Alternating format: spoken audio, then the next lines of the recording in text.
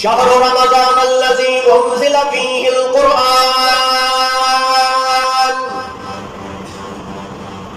رمضان کا مہینہ وہ عظیم مہینہ ہے، انزل فيه القرآن، جس میں اللہ کریم نے قرآن کو نازل کیا.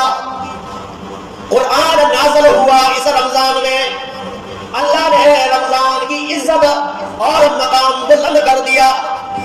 انزل فيه القرآن،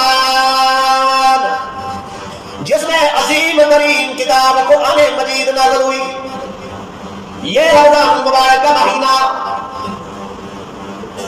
فرمایا هدى للناس وبينات من الهدى والفرقان. فرمایا یہ کتاب لوگوں کے لیے ہدایت کا ذریعہ ہے اور ہدایت کو واضح کرنے والی کتاب ہے.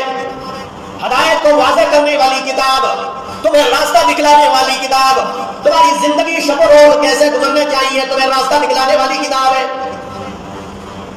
اس لیے حدیث شریف میں آیا، نبی اکرم صلی اللہ علیہ وسلم نے فرمایا فَمَنِ ابْتَغَى الْهُدَى فِي غَيْرِهِ أَضَلَّهُ اللَّهُ، جو اس کتاب کے علاوہ کہیں اور سے ہدایت حاصل کرنے کی کوشش کرے گا تو اللہ اسے گمراہ کر دے گا. دنیا کا قانون ہے، اگر کوئی مشینری بن کے آتی ہے، کوئی بھی مشینری آتی ہے تو ساتھ اس کا کتابچہ بھی تھوڑا سا چھوٹا سا آتا ہے. کیوں جی؟